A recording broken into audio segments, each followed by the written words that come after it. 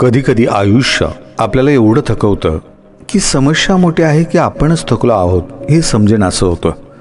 कामाचा ताण, पैशांची चिंता, नात्यामधले गैरसमज, भविष्यात काय होईल याची भीती, आणि मग आपण स्वतःलाच विचारतो, शेवटी शांतता मिळणार तरी कधी? खरा प्रश्न आहे, तणाव आला तरी त्याच्यामध्ये आपण स्वतःला हरवून न देणे याची कला आपल्याला शिकता येईल का?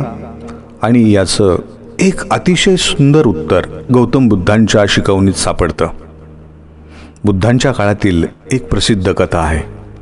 एक स्त्री आपल्या मुलाच्या मृत्यूने इतकी व्याकुळ झाली होती की ती त्याला पुन्हा जिवंत करण्यासाठी बुद्धांकडे गेली. तिने बुद्धांना विनंती केली, माझ्या मुलाला वाचवा. बुद्धांनी तिचं दुःख पाहिलं, पण त्यांनी तिला मोठं तत्वज्ञान नाही सांगितलं.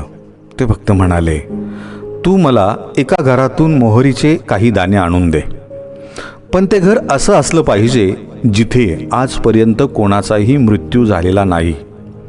ती स्त्री घराघरात फिरू लागली.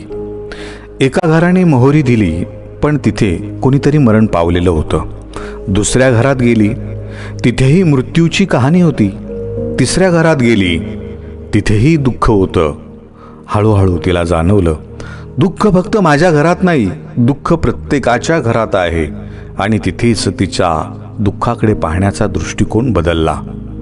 मित्रांनो, आज आपल्या आयुष्यातही हेच घडतं.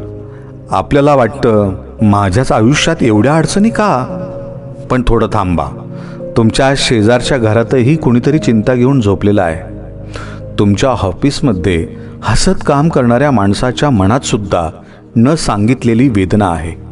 तुमच्या अनोळखी यशस्वी दिसणारा माणूसही कदाचित भविष्याची चिंता करत असतो. प्रत्येक माणूस काही ना काही लढत असतो.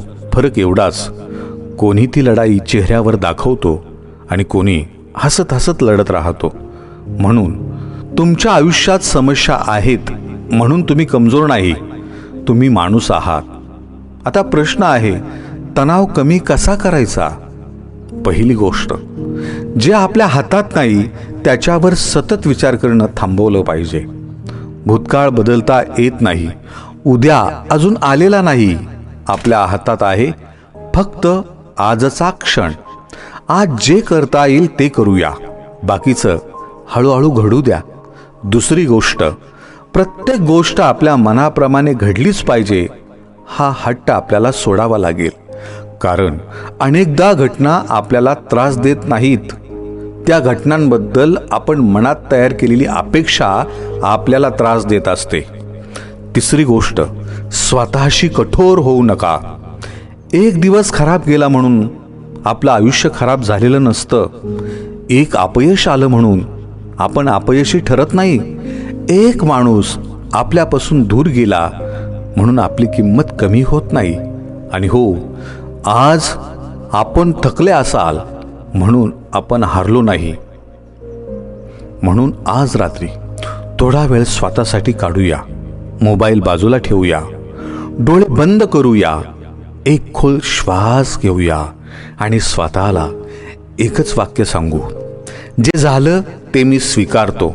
जे माझ्या हातात आहे ते मी प्रामाणिकपणे करेन, आणि जे माझ्या हातात नाही ते मी शांतपणे सोडून देईन.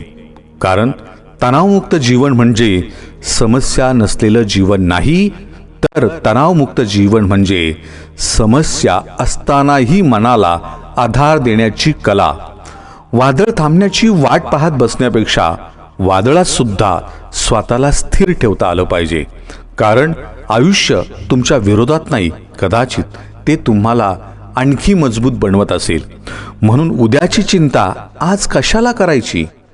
आजचा श्वास आजच घ्यायचा, आजचा दिवस आजच जगायचा आणि स्वतःला सांगायचं, मी थकलो असेन पण मी संपलेलो नाही, मी पडलेलो असेन पण मी पुन्हा उभा राहीन. कारण आयुष्याचा खरा विजय तणाव कधीच येऊ न देण्यात नाही, तर तणावातून मुक्त शांतपणे बाहेर पडण्यात आहे. शांत रहा, स्वतःवर विश्वास ठेवा आणि पुढे चालत रहा.